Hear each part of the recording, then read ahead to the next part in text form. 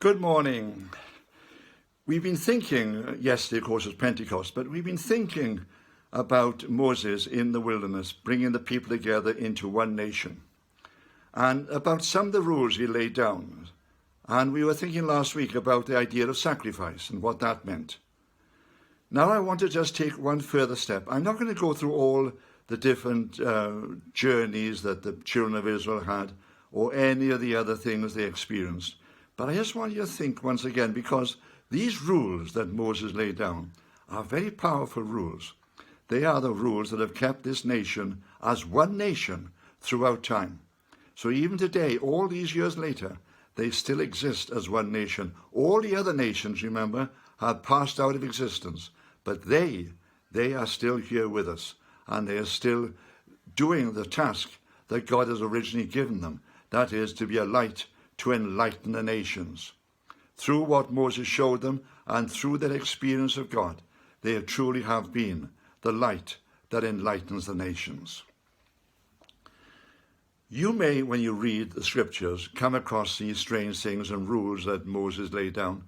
I just want to share with you some of them and just show you things about them. For instance, this is a strange one.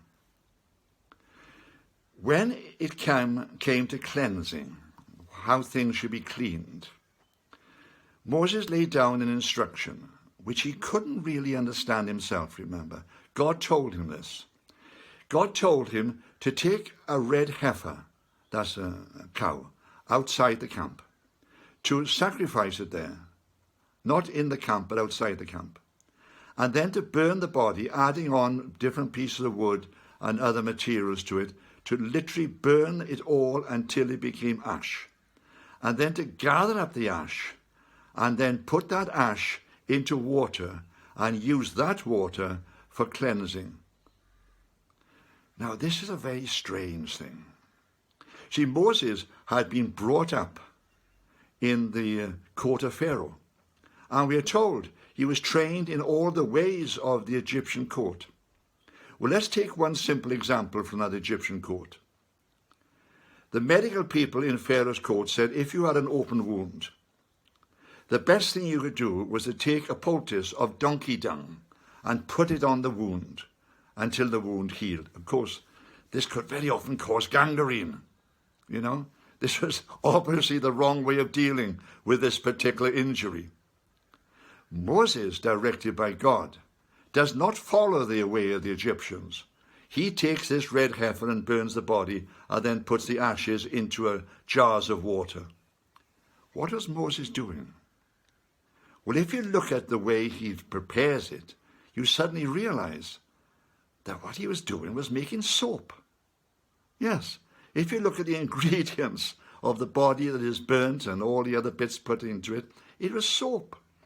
This was put into water and then put onto the wounds. And of course, this cleansed the wound. But Moses wouldn't have understood that, for he knew nothing about bacteria, and he knew nothing about things that we now take for granted in our understanding. But he did it that way. Similarly, you see, he lays down instructions about animals that should be eaten and animals that should not be eaten. Let's take, for instance, the most prominent of these animals. He says to them, you must not eat the flesh of the pig. It is unclean. You must not eat it. Oh yes, I know you may find bacon tasty, but you must not eat the flesh of the pig. Why? He knew nothing about this, remember. He knew nothing about it. The pig carries tapeworm. As it grovels around looking for its food, it picks up tapeworm, which lives within the meat. We today, of course, when we slaughter our pigs, they're examined carefully to make sure that these tapeworms do not exist. So we can eat the flesh of the pig without any difficulty. But in Moses' time, he didn't understand why. But God said to him, you must not eat the flesh of the pig. Because if people had eaten the flesh of the pig, they would have developed tapeworm. Now, as you look at these simple instructions, you realize that he was far beyond his time because he was listening to God and what God wanted. Even the rabbis who followed him, instructing the people, looking at the rules which he laid down extra rules to try to help the people. For instance, a simple rule which they still observe even to the present day. You must not eat meat and milk at the same time. You must not mix them. See, they knew nothing about cross-contamination of infection.